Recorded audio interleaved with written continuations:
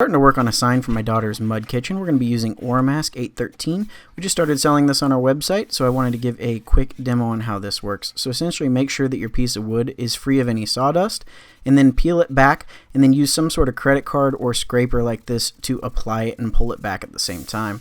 This should limit any bubbles and reduce any problems down the road, so we can get the excess trimmed off and then get it clamped on the CNC using the RC-45711 90-degree V-insert bit here to carve through the mask, where we are going to paint another color under it to give a two-color effect.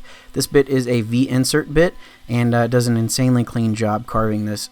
Cedar is not an easy wood to carve because it is so soft. It wants to chip out quite a bit, and this is taking a full 1/4 inch depth of pass, and it's doing a great job, leaving no cleanup work needed at all.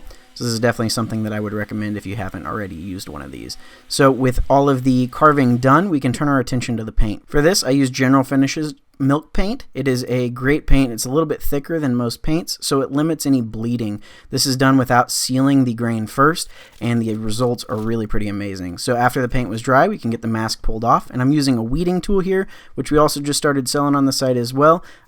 Basically helps pull up that mask without damaging any of the wood, so it works really well. And then, as always, writing a message for my daughter on the back of it, and then we can get everything finished. For this, I'm using Helmsman Spar Urethane. It's just a oil-based spar urethane finish for outdoor use, and it makes the cedar look amazing. Then we can use the Nomar countersink to drill some countersinks in a cedar post to attach it to her mud kitchen.